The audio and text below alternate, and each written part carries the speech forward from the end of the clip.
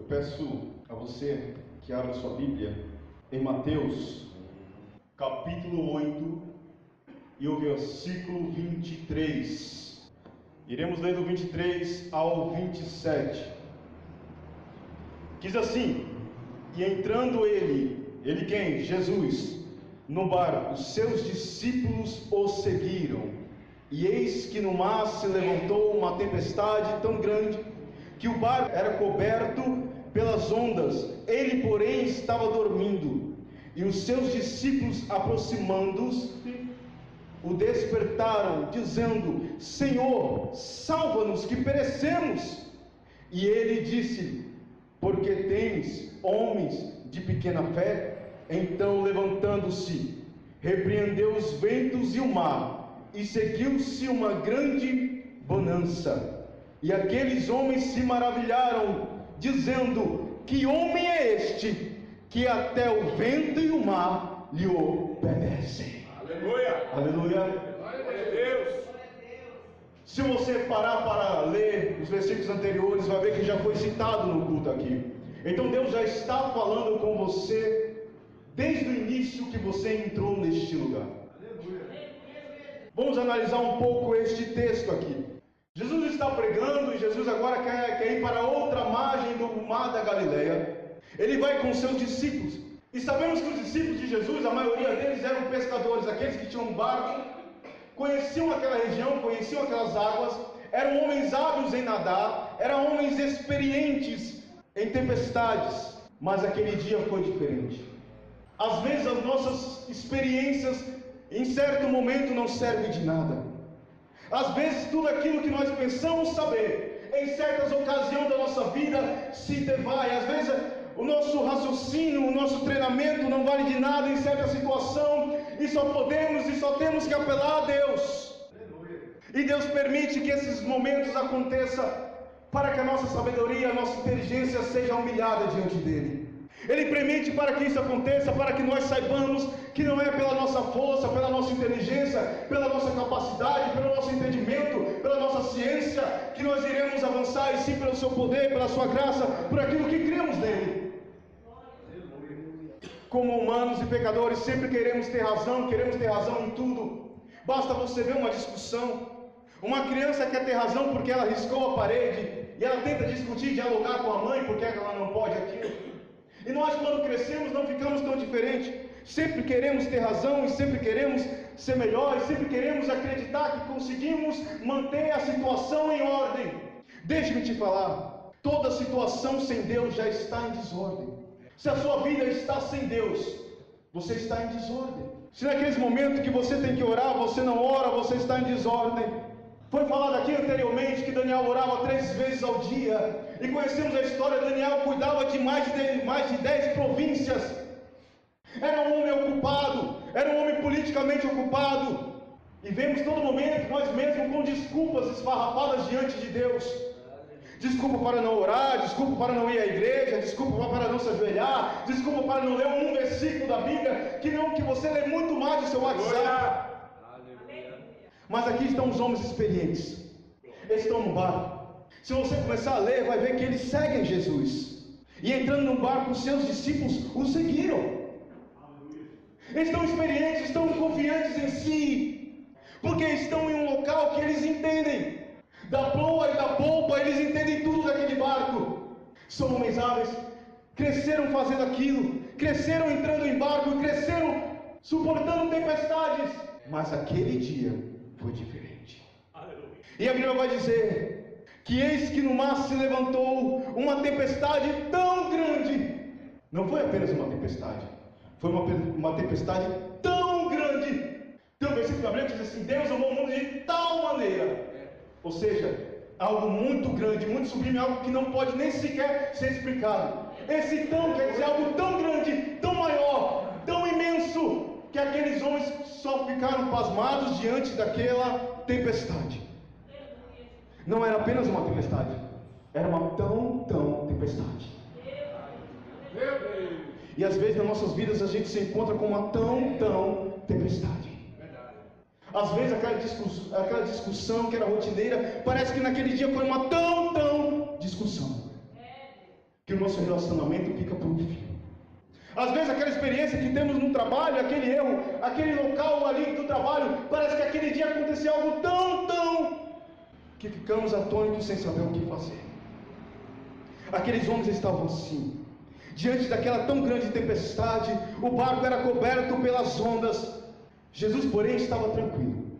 Tão tranquilo que ele estava dormindo. É verdade, meu Deus. Mesmo assim. E os seus discípulos, aproximando-se, o despertaram, dizendo: Senhor, salva-nos que perecemos. Às vezes temos que clamar a Deus: Senhor, salva-nos que perecemos. Sabia que você sem Cristo já haveria de perecer? Você já teria perecido? Como seria a sua vida hoje se você não tivesse encontrado o Evangelho? Será que você estaria vivo?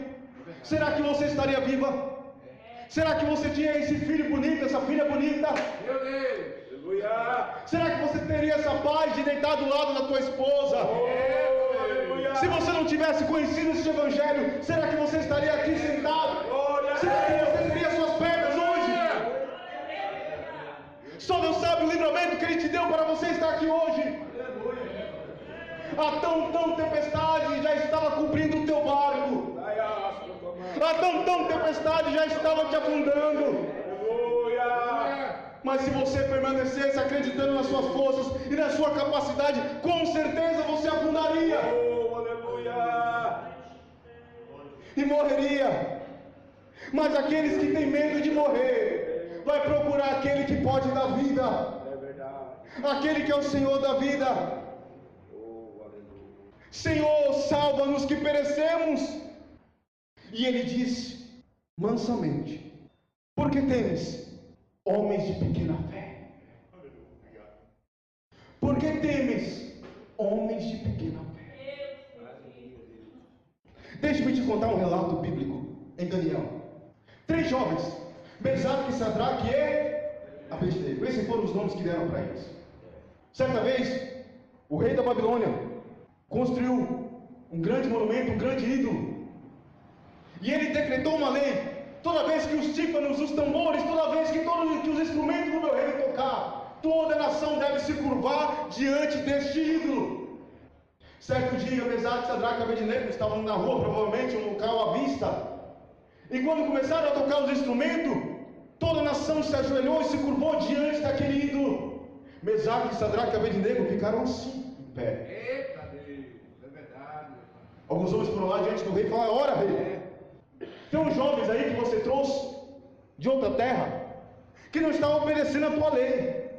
E o que é que diz a lei? O rei certamente eu disse que se aquele que não se curvar diante do ídolo que eu construí, irá ser jogado na fornalha de fogo. Traga eles até mim. E levaram diante do rei Mesaque, Sadraque e Abednego. A Bíblia vai dizer que este rei estava enfurecido, ele estava com ódio, com raiva. E ele diz: vocês, por que me desobedeceram? Por que desobedeceram a lei? Não sabia vocês da minha lei?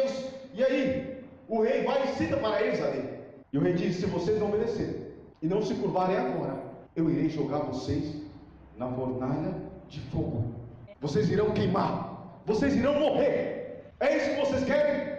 Se ajoelhem. Os jovens não se ajoelharam, firmaram mais os pés no chão, ergueram mais a cabeça, arrumaram seus ombros e disseram: ora, rei, não iremos se curvar diante nem de ti, nem diante deste teu ídolo.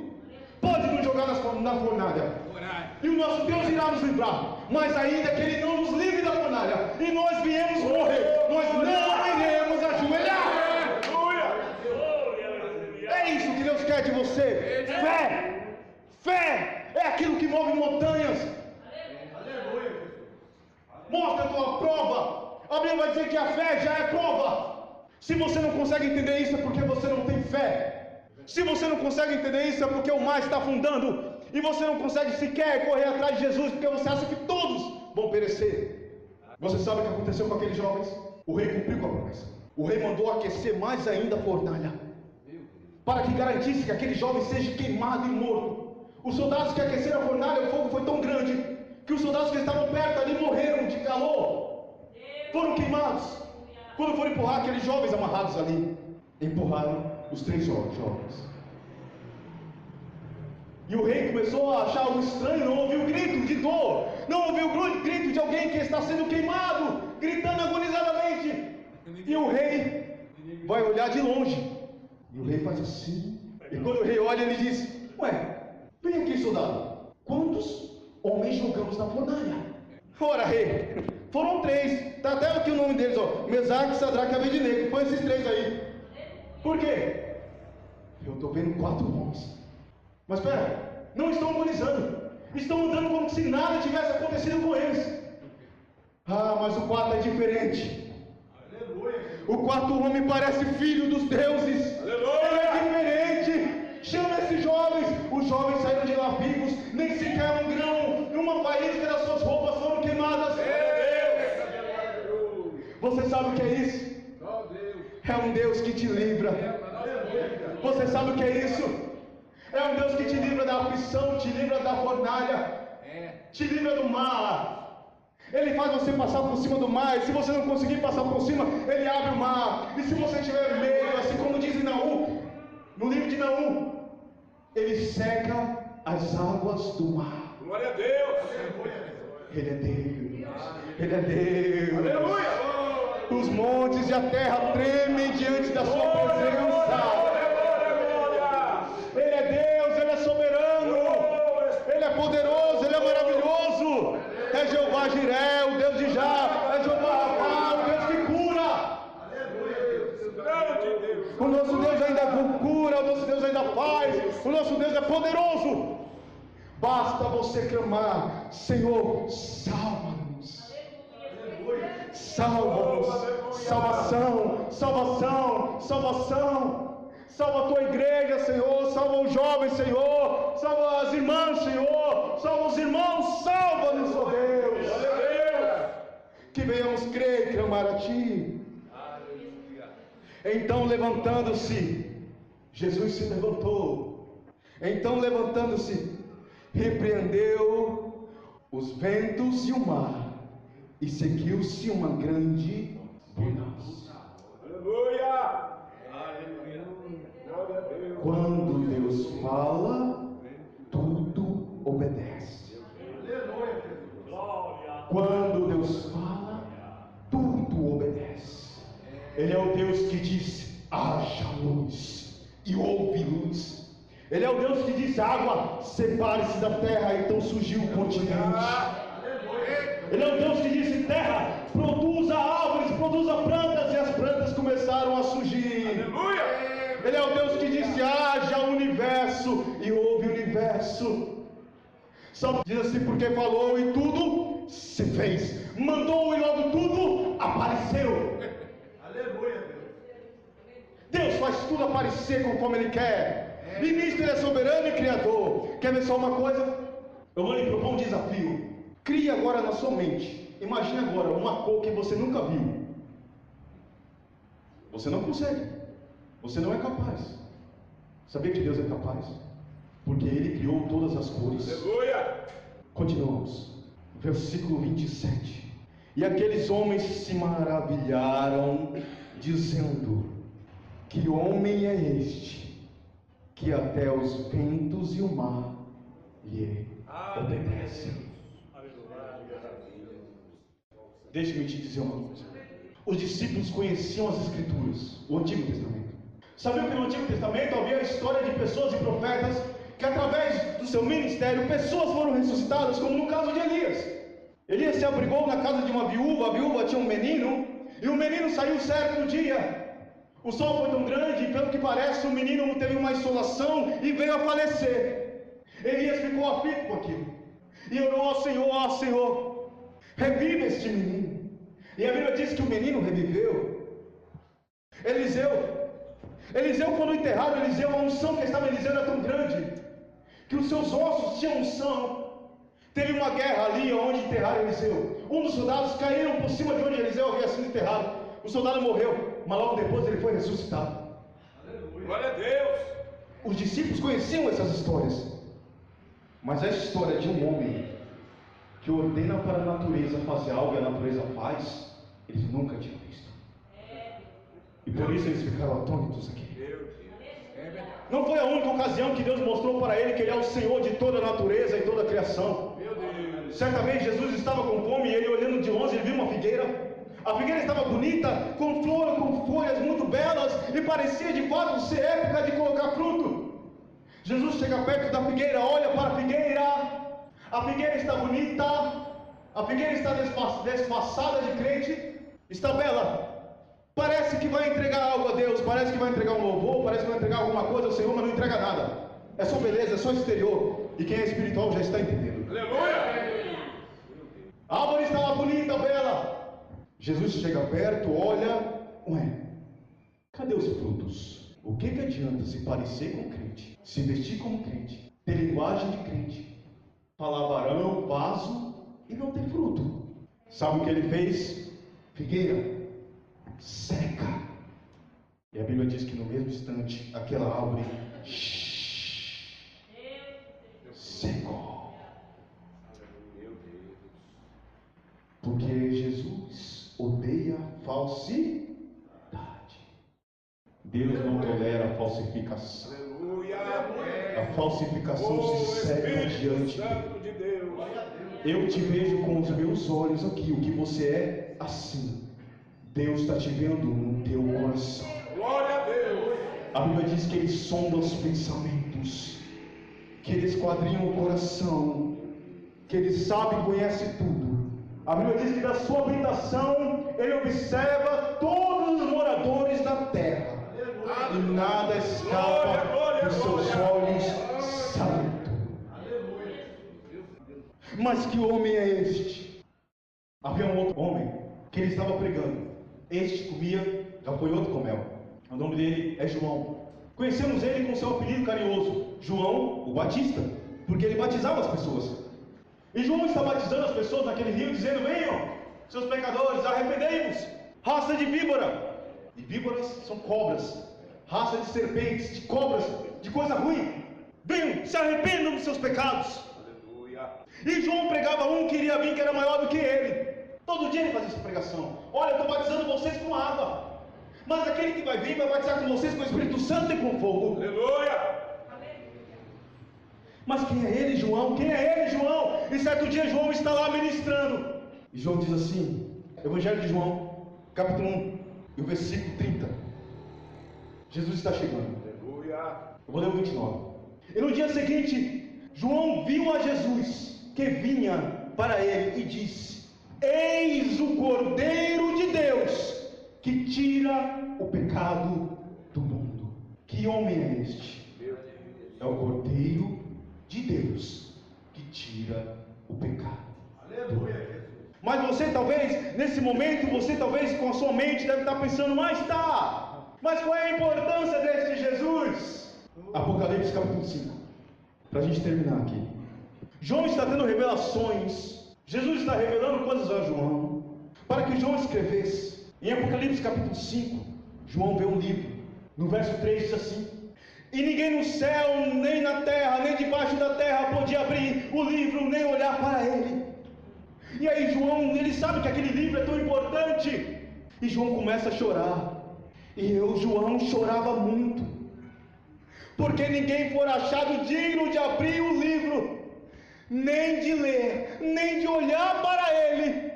João está chorando porque aquele livro é o livro dos salvos, o livro da vida. Se aquele livro não fosse aberto, ninguém seria salvo. João está chorando copiosamente. Mas aí um dos anciões diz para João: João, não choreis. Eis aqui o leão da tribo de Judá, a raiz de Davi, que venceu para abrir o livro e desatar os seus selos. Este é Jesus. Que homem é este? É o Todo-Poderoso. É aquele que na Trindade no início disse: façamos o homem à nossa imagem e semelhança. É o teu Cristo, é o meu Cristo. É a Ele que servimos, é a Ele que adoramos, é a Ele que buscamos. E um dia estaremos com Ele, porque Ele nos prometeu. Você confia nele? Você confia que um dia esse barco que chamamos de vida comum irá ser resgatado? Que essa tempestade do mundo, que todos os dias tenta nos engolir, Todos os dias essas águas de agonia, águas de sofrimento, águas de corrupção, que tentam engolir os crentes, tentam engolir as nações, um dia vai ter que se cessar. Aleluia. Porque Cristo vai se colocar de pé e dizer: mar, terra, cala-te. Vento, aquieta-te. Glória a Deus. Jesus está voltando. Toda bagunça e todo embaraço há de acabar. Creia em Deus. Creia no Todo-Poderoso. Ele é o nosso socorro. Ele é a nossa salvação. Não há outro caminho a não ser Jesus Cristo. E que Deus abençoe a igreja em nome de Jesus. Agradeço por tudo.